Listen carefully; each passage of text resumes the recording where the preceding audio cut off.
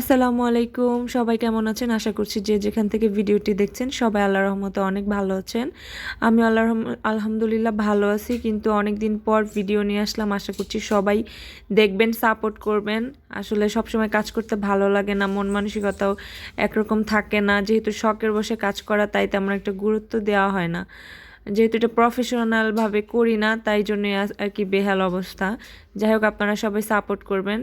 Baby ড্রেসটা তৈরি করলাম, তারপর হচ্ছে আমি দুপুরবেলা আর কি একটু কাজ করলাম। বাবু যখন ঘুমিয়েছিল, পরে উঠলো, আর আমি আমার হাতের কাছে রেখে বাবুর জন্য ওটস রান্না করলাম। বিকালের নাস্তা হিসেবে আমি ওকে ওটস খেতে দেই।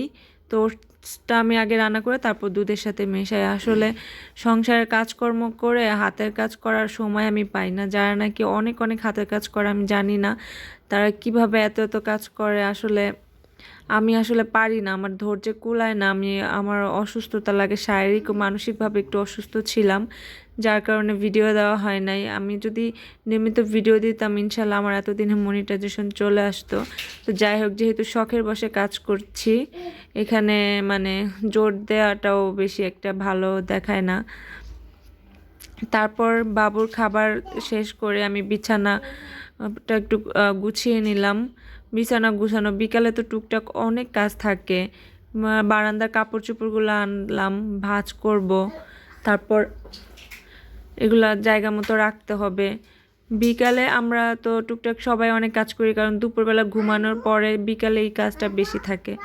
তো কাপড় চোপড় গুছানো শেষ করে আমি আবার হাতের কাজটা শুরু করব সন্ধ্যার দিকে। আর সন্ধ্যার পরেই তাজিবের বাবা চলে আসবে বাসায়, তখন তো আর কাজকাম হবে না, আর ভিডিও করা হবে না। আপনাদের যদি আমার ভিডিও ভালো লাগে অবশ্যই লাইক সাবস্ক্রাইব করে দিবেন। সবাই ভালো থাকবেন, সুস্থ থাকবেন। আল্লাহ হাফেজ, আসসালামু আলাইকুম।